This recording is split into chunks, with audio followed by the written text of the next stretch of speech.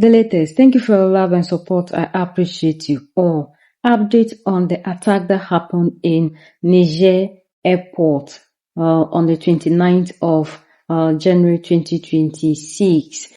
All the Savior, the Protector, the Unifier, the Messiah, the King of Kings, the Most Loved. General Abdurrahman Tiani has officially spoken, and he has revealed the people who are behind this attack.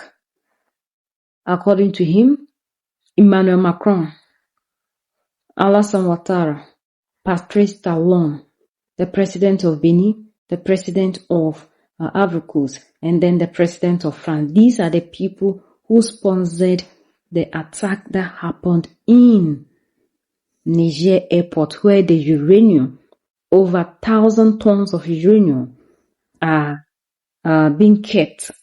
And this uranium will be sold to Russia.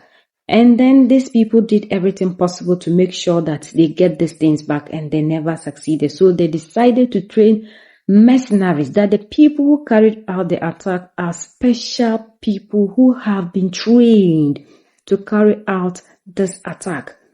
According to him, Niger is ready to also respond to Benin, and then Ivory Coast and France. They should be ready for their response. Fortunately on our part, when this thing happened, because they have intelligence already ahead of these people, they were able to capture some of the people, and they confess the people who are behind. It's just like what happened in Burkina Faso, where Sandago is talking, and then we've seen the network. It's the same network, the same people that are networking in Niger. It's like Talon and then Ivorian president Ouattara.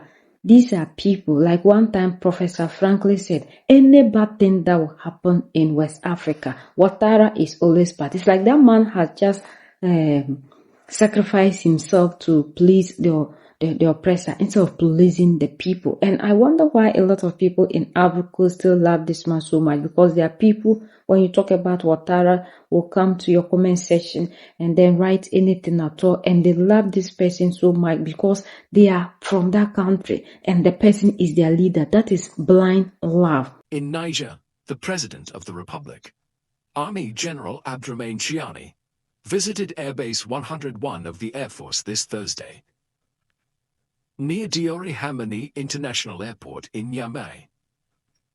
A visit following explosions and exchanges of gunfire during the night of January 28th to 29th in the area. Look. The images speak for themselves. On the ground, bodies of the neutralized attackers litter the area, including one French national. Beside them, military-grade weapons and several motorcycles used in this barbaric attack, with the involvement of French nationals, and further away, the accomplices arrested and now in the hands of defense and security forces. These images demonstrate the immediate and effective response by defense and security forces. Early this morning, the President of the Republic, Head of State, Supreme Commander of the Armed Forces, Army General Abdourahmane Tiani, visited the targeted site at the Air Squadron. Upon arrival, he was greeted by the Minister of State, Minister of National Defense, Army, General Salif Moudi, and saluted by the military hierarchy. On site, the President of the Republic wished to personally assess the scale of the attack and the results of the swift intervention by defense and security forces. A strong presence aimed at supporting the engaged forces and reassuring the population. Defense and security forces confirmed the situation is under control.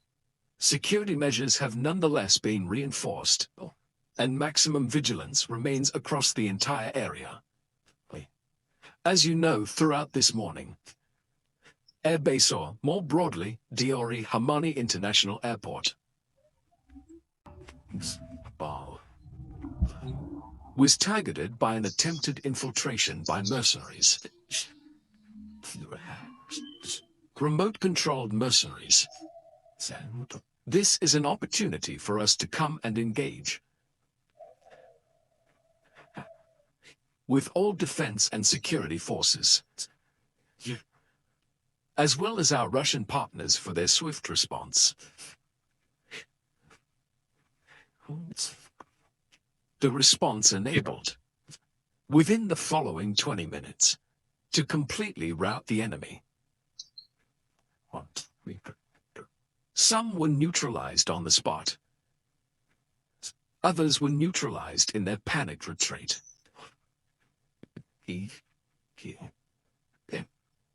We commend all defense and security forces who successfully coordinated their actions, as well as our Russian partners who professionally defended their assigned security sector. We remind the sponsors of these mercenaries, particularly Emmanuel Macron, Patrice Talon, and Alassane Ouattara. We have listened to them blather long enough. Now they should prepare.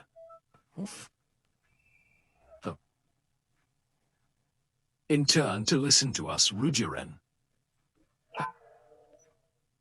These images, however harsh they may be, convey a clear message.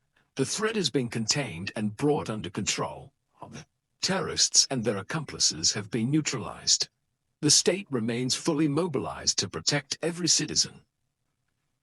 The Republic stands vigilant and steadfast. This is the message from the Supreme Commander of the Armed Forces, Army General Abdurrahman Chani, in the face of this barbaric and despicable attack. Bravely repelled by defense and security forces. This statement from the Ministry of National Defense. During the night of January the 28th, 2026, around 0:20, a group of remotely controlled mercenaries attacked Niamey Air Base 101, the very same base from which French forces were expelled. On November the 22nd, 2023, the attack, which lasted approximately 30 minutes, was carried out by assailants on motorcycles, with all headlights off.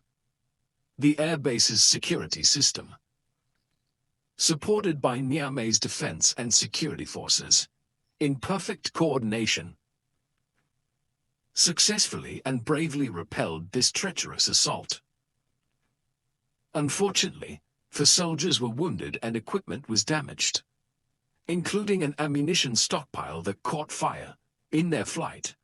The terrorists fired indiscriminately at 3 civilian aircraft, 2 of which belonged to Askari Airline. The vigorous combined air and ground response enabled the neutralization of 20 mercenaries and the arrest of 11 others, most of whom were seriously wounded, as well as the recovery of a significant amount of military equipment and motorcycles. On behalf of the President of the Republic, Head of State, and Supreme Commander of the Armed Forces, the Minister of State, Minister of National Defense, extends his warm congratulations to the defense and security forces for their courage and selflessness. The Minister of State, Minister of National Defense, also reassures fellow citizens that their situation is under control and that the defense and security forces are doing everything possible to ensure their safety and the protection of their property. He urges them to report any suspicious acts or behavior they witness. Finally, the Minister of State, Minister of National Defense, also thanks the people of Niamey, who spontaneously came out to provide support to the defense and security forces throughout the night. Issued in Niamey on January the 29th, 2026, signed by the Minister of State, Minister of National Defense, Army General Salafu Modi. Talon has also been another thorn in our flesh, because this man is making sure as quiet as. And why will you do that? What will you achieve at the end of the day? Why are our leaders the ones that are ready to sell the continent out for free? These are not leaders, Any leader who is not protecting you, you should understand. Forget about the political speeches that they give us. That is not what they call protection. Protection is what we are seeing in Mali, Niger, and Burkina Faso. For now, these are the only true leaders we have in Africa that are protecting people. Like Julius Maada Bio said, the ECOWAS chairperson, that the leaders in Africa, the mindset is a problem. And the second thing they are doing wrong is they protect the borders instead of protecting you, the people. So if ECOWAS chairperson has opened up to tell you this, you don't need a soothsayer to tell you that the leader you have isn't serving your interest, doesn't care what happens to you. This is unbelievable. We are having one in Burkina. We are not done with it.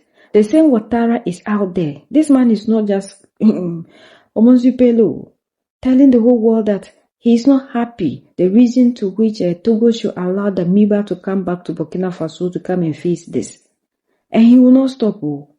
After the confessors mentioned Africans, mention, and now we know that Ouattara is allegedly involved in the coup plot to assassinate Captain Ibrahim Traore. This man will not stop. His name is still part of this one too. Just like Professor Franklin said, that any bad thing, this man is there. He will never escape it. He's always part of every plot to destabilize everything. He will never be part of plots that will shape the continent. But when it comes to distraction, according to Professor, this man is always part of it. How on earth can we still be the people in this 21st century, giving out ourselves to people like this, ready to serve the interests of other people and not serving our own interests? Why? What is wrong with us in Africa? These are the same people who rose against our freedom fighters. And look at the narrative of today. So France must enjoy the resources that France do not owe. And the people in Niger, in Burkina, in Mali should suffer. Yes, this is what our leaders are after.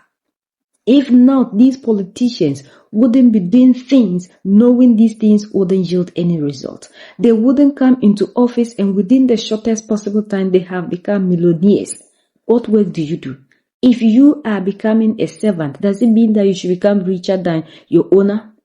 Because we the people own the country. So how can you, a servant who just came to serve for a few years, become a millionaire within the shortest possible time? And these are the people you see, the youth following. We follow these people blindly because of the things they say. Because we believe that there's no employment. Let me follow them so I can get something. Sometimes it hurts me to see the youth following these people.